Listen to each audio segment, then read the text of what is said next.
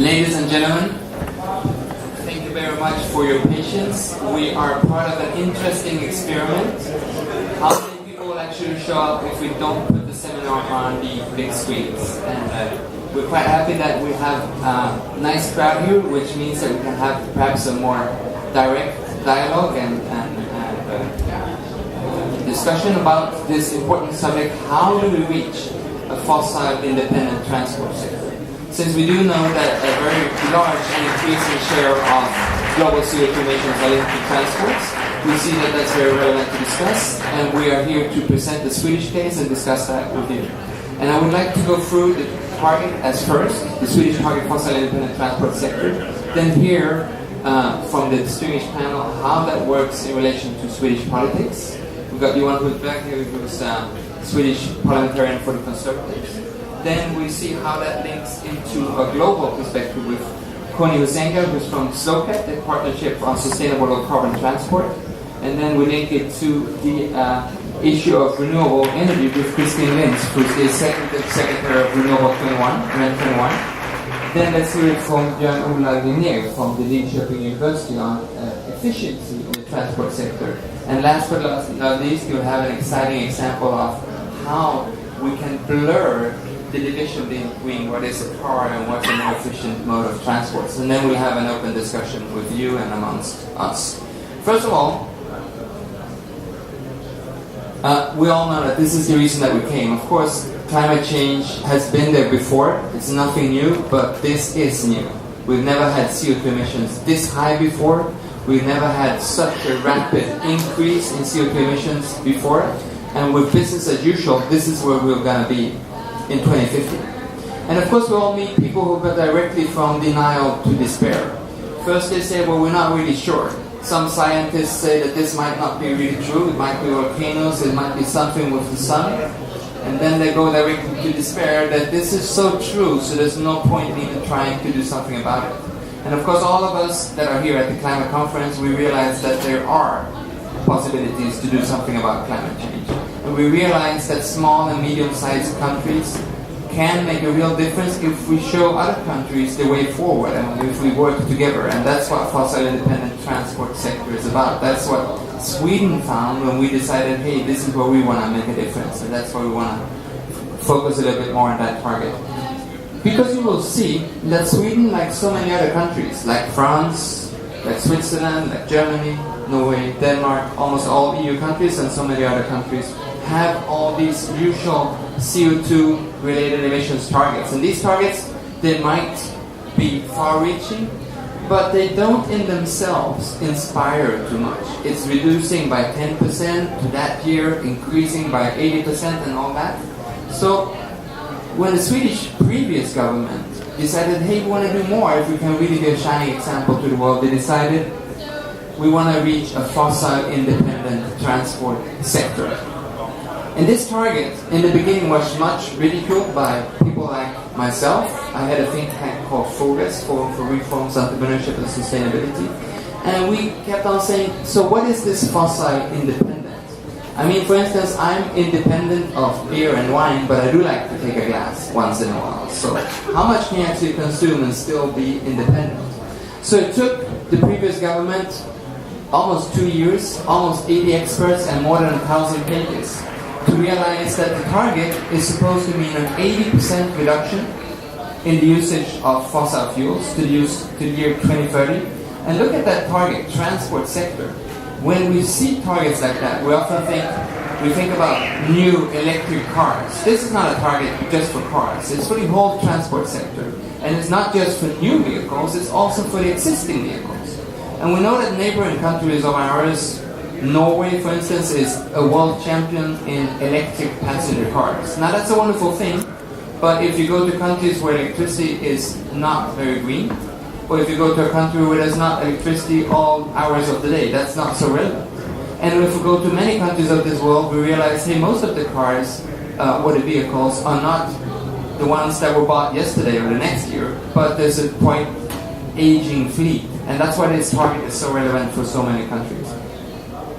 So when this target was proposed, we at FORES, we formed a coalition of the willing You will recognize a lot of the logos there. Some of them you might not. They might be Swedish companies, organizations. There's more than 40 companies, including giants such as E.ON and AGA and Vattenfall and Scania and Nissan and Hyundai.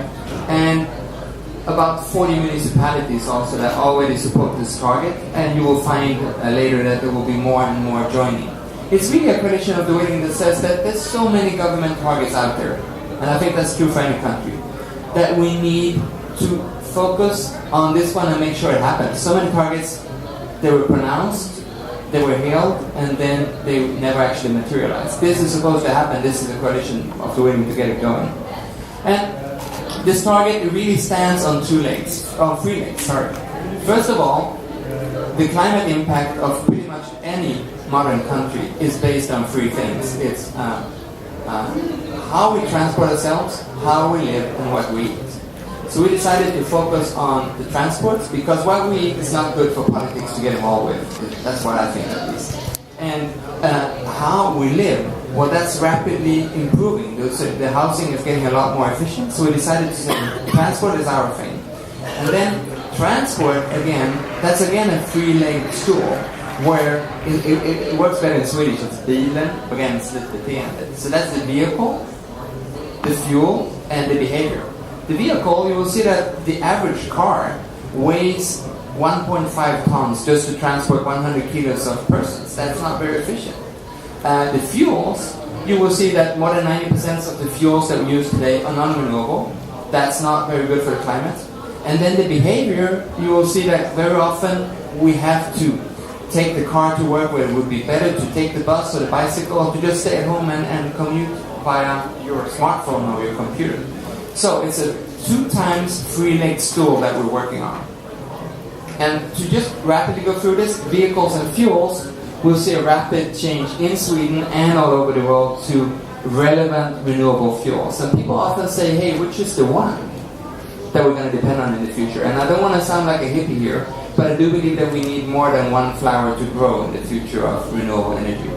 We see in Sweden that it's amazing that the waste products from the forestry sector are used to create a sort of biodiesel that you can use in any existing biodiesel, any existing diesel vehicle, up to 100%. You can fill in several hundred of Swedish filling stations, up to 50% already, and increasing, just from forestry waste. When you use the ethanol from the sweets that the Swedes didn't eat. There's a factory in western Sweden that's using leftover sweets and leftover bread to create ethanol with an 80% CO2 reduction. And you can blend that in petrol, or you can have dedicated vehicles. When I throw away my household waste, a little bag like this gives 4 kilometers worth of biogas for a biogas car. And we have the largest biogas car fleet in the world in Sweden. We have the northernmost biogas filling station in the world. And we've got the largest biogas public transport section in the world. And now you can see to the bottom right there that now we even have ferries between Sweden and Finland running on methane. And to the upper right, you will see that's a Lufthansa train. And I think it's interesting when you start seeing that the aviation sector needs to do much, and a part of what they could do would probably also be to say, hey, don't take the train, don't take the plane, you can easily take the train with us. And of course the electric cars are there. We know that because when we talk about the future of transport, we talk only electric cars. Electric cars are often the best solution because there's no local emissions at all. But keep an eye on the total emissions and make sure that we get the whole puzzle right. Then we need to look at behavior change as well. We see that even quite small sums, like the Swedish congestion charge, which is less than €2 on average, make a tremendous change in behavior, make us think twice about taking the car. In the middle, we got the car sharing schemes, no stranger to people of Paris, where it's tremendous success. And we see that right now car sales are growing like this, but car sharing is growing like this. Because so many people sometimes feel that they might need a car, but very few people feel like they need a car always, or that they enjoy parking and serving the car. So car sharing is definitely up, and it's up because several of the large car companies realize that that's something that they have to offer to attract the consumers of tomorrow. To the bottom right, we got better payloads, better loads in the trucks. We see that many freight companies run around or drive around with trucks that are less than half full because we are so stuck in the just-in-time delivery. I order something tonight on eBay, I want it tomorrow morning by my door. So there's a lot of work that we have to do to get more better filling grades in the trucks. To the upper left, you see the Work Home Day, which is now a global initiative. It was started by the computer part of the world, and I will see that more and more companies realize that it's good for so many different categories of work if we sometimes do work at home. Then you get less interrupted by your colleagues, and actually you take less coffee breaks when you're at home. So often it's more efficient, and if you just do that once every 2 weeks, transport commuting will reduce by 10%. And then the bottom left is, of course, the smartphones, where we realize that so many things that we used to do with so many different tools, we can now do with just one tool, and often that will actually replace transports. And when people say that's going to be very tough reaching fossil independent transport sector by 2030, yes, it's going to be tough, but we see the ketchup effect, and I think you all know that from the ketchup bottle. You hit it at the bottom, nothing happens, and then when you hit a bit harder, you're just about to give up, it all happens. And that ketchup effect has been proven scientifically over and over again. So here to the left, you will see photovoltaics, and to the right, you will see wind capacity. The small things at the bottom, that's what the IEA, the International Energy Agency, what they believe we would be at, where they believe we would be in 2008 and 2010. Looking, and you see that they use the rear view mirrors to predict the future. And so they didn't get it at all right, because they didn't realize that it goes slow, and then it goes almost as slow, nothing happens, and then you get, boom, the whole effect at once. Same with solar and wind. Now in green, you see Greenpeace, their predictions. And of course Greenpeace, no state or no city or no big company in the world is going to base what they do on Greenpeace predictions. But you see that Greenpeace almost got it right, but not fully. In black, you will see what actually happened. You see how quick the change was once it started happening. We would see the exact same thing with smartphones, or with electric cars, with plug-in hybrids. That's the way change looks, and that's why this target is reachable, not only for Sweden, but Sweden joining hands with others who also feel that we need to get out of the fossil era and transport. It's going to be reachable for the world. And with that conclusion, I'd like to hand over to Johan, who from a Conservative Party perspective will give his view on where Swedish politics is here. Thank you so much. Johan.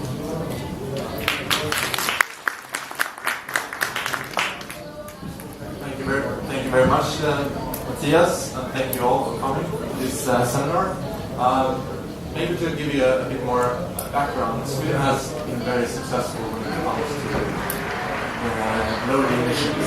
Sweden has cut the emissions by approximately 23% since 1990, and during the same time our GDP has grown with 60%. So we have shown that it's possible to lower the emission and still have a strong economy, creating more jobs, new companies. That's a very positive message that I want to share with all of you and the rest of the world, especially when we are here in Paris negotiating for a new climate deal. But one sector that we haven't been that successful with is the transport sector. The emissions from our transport sector has more or less stayed on the same level. The emission per kilometer or per transported ton has dropped rapidly, but on the other hand we drive more and we transport more goods. So therefore there is a huge challenge for us to be able to lower the emissions from our transport sector. And today about 1/3 of the total emissions from Sweden is linked to the transport sector. So for us as politicians in Sweden, the transport sector must be a major priority for us when it comes to taking responsibility for the Sweden emissions. And now I'm in opposition, unfortunately, but when my party was in government, we first put forward this goal.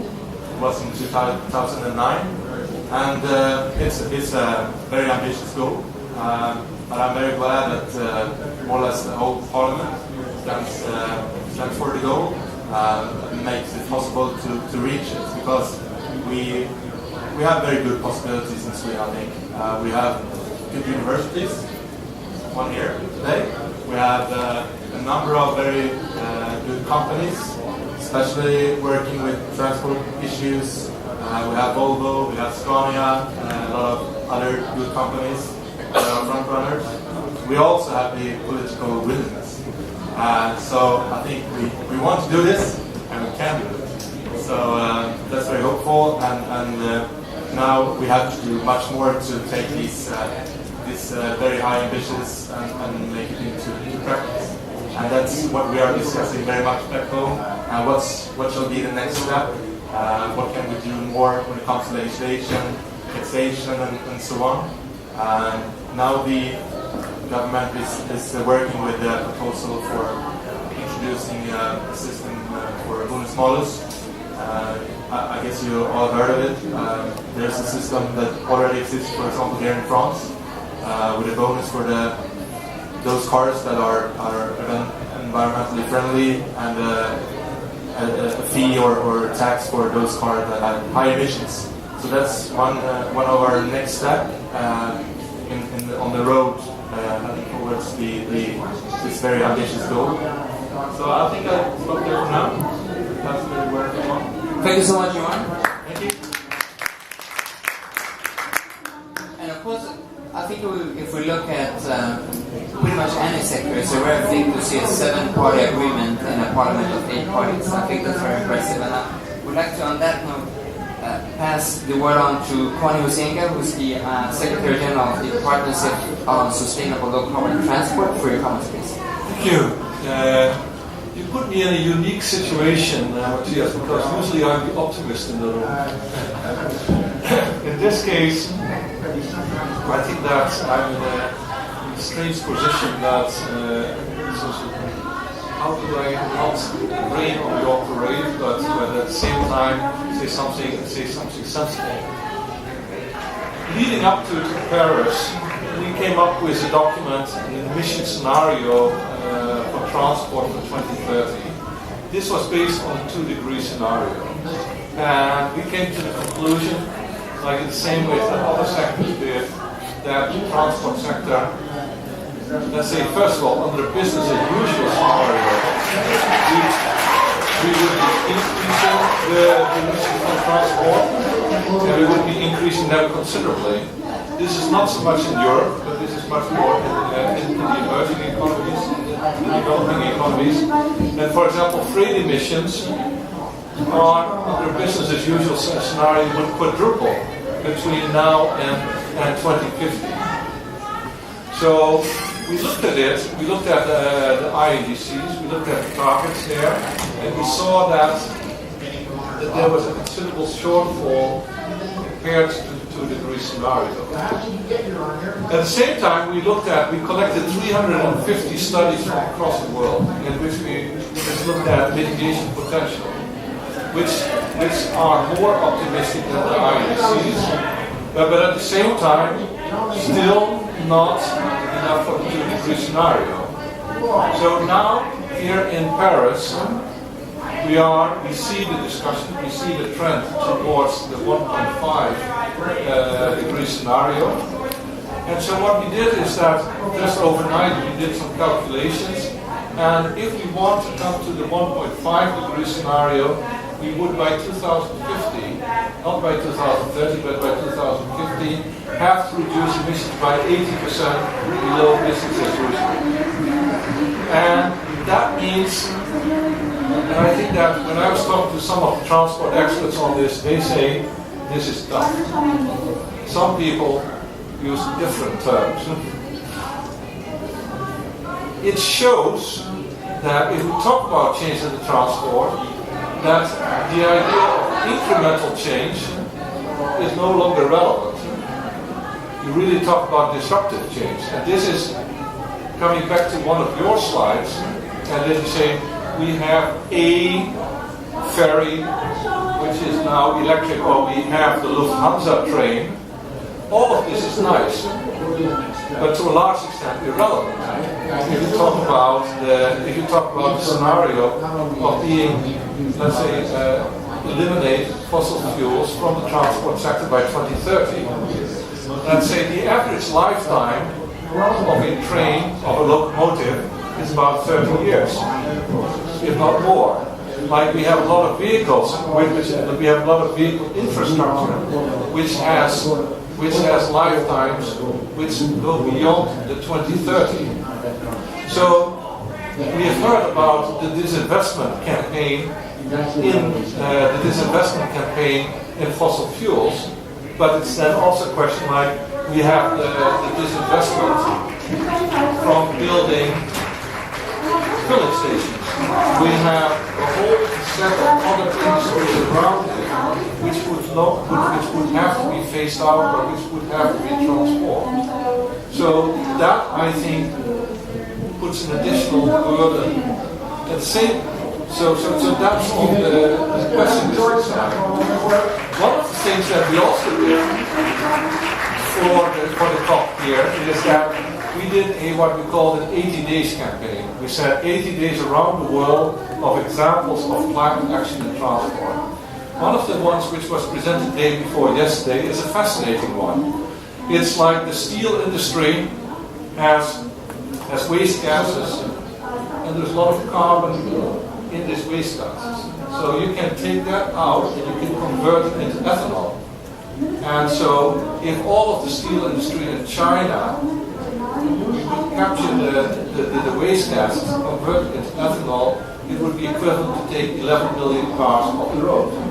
So these are technologies which are truly disruptive because we had never heard of it. And I think that nobody here in the room had the idea. I think that you could use steel industry in order to generate ethanol, which would then be used to fuel your cars.